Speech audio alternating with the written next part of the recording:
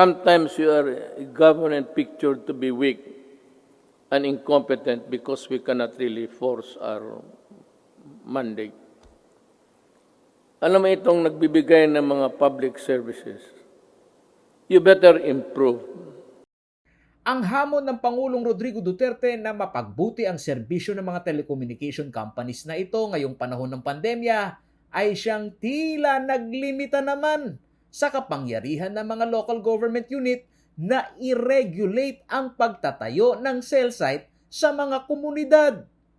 Kasabay ng pagpasa ng Bayanihan Act 2, naibalangkas ang tinaguriang ease of doing business na siyang naging daan para mapadali ang konstruksyon ng cell site ng mga telco sa bansa. Ang dating 29 hanggang 35 documentary requirements, kabilang na ang consent of neighbors, barangay resolutions, city or municipal resolution, zoning clearance at iba pa, ay na-streamline na. Sa implementasyong ito, inamin ng presiding officer ng Konseho ng Angeles na si Vice Mayor Vicky Vega na hamon sa kanilang nasa lokal na pamahalaan ang pakitunguhan ang mga reklamo ng mga Angelenyo kaugnay ng umiiral na batas na tila nagbabaliwala sa kapangyarihan ng lokal na pamahalaan na i-regulate ang pagtatayo ng cell site. Para decentralized na ng power and empowerment of the LGU. Kasi kitang because of the Bayanihan Act, basta kinuha na nila ang basic requirements, ala na karetang aliwa. Kahit na ang poder ng approval ay nasa national level sa pagtatayo ng cell sites, humihingi naman umano ng kortesiya ang LGU na sabihan sila sa kanilang pagpaplano ng pagtatayo ng cell sites. Pero ang malimit umanong mangyari na tila ministerial na lamang ang duty ng LGU dahil sa sinasabing batas. Lagi ang sasabihan is Bayanihan Act. Pero yung sasabihan ko karela, yung I invite Milaretang Mapilanting Council is that give due courtesy kareng manungkulan.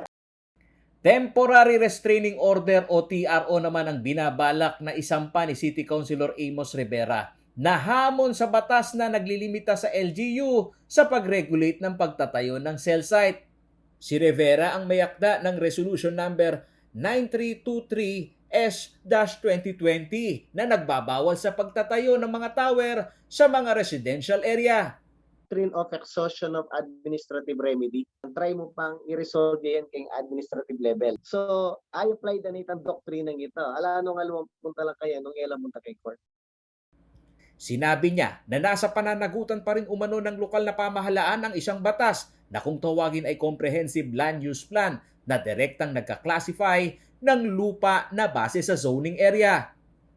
Ang dapat po talaga dyan is, since ang LGU po ang nag-i-issue po ng mga building permit niyan or business permit ng mga telcos na yan, dapat po dyan mag-convene po yung stakeholders coming up with sound guidelines and policies, taking into account po yung land use plan, zoning ordinance, as well as the ease of doing business and Bayanihan Act Law 2. Dapat po dyan, pag nag-convene po yung stakeholders, makakapag-come up po sila ng mas practical, rational approach kung saan po pwedeng itayo yung mga cell site towers na yan.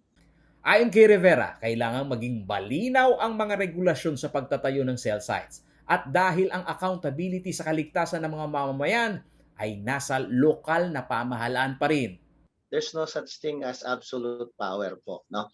Lahat po ng mga existing laws po natin, may mga limitations po yan tsaka requirements po. And number two, the supreme law of the land is the Constitution.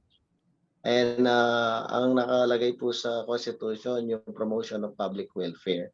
Samantala, sa Joint Memorandum Circular Number 01/2020 o ang tinatawag na Streamlined Guidelines for the Issuance of Permits, Licenses and Certificates for the Construction of Shared Passive Telecommunications Tower Infrastructure, ang basihan na ginagamit ng telco na batas para mapabilis ang kanilang pagtatayo ng cell site at mapabilis na rin umano ang kanilang serbisyo.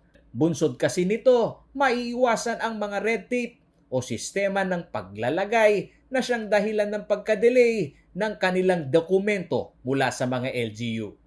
Paulo G. Santos, CLTV News.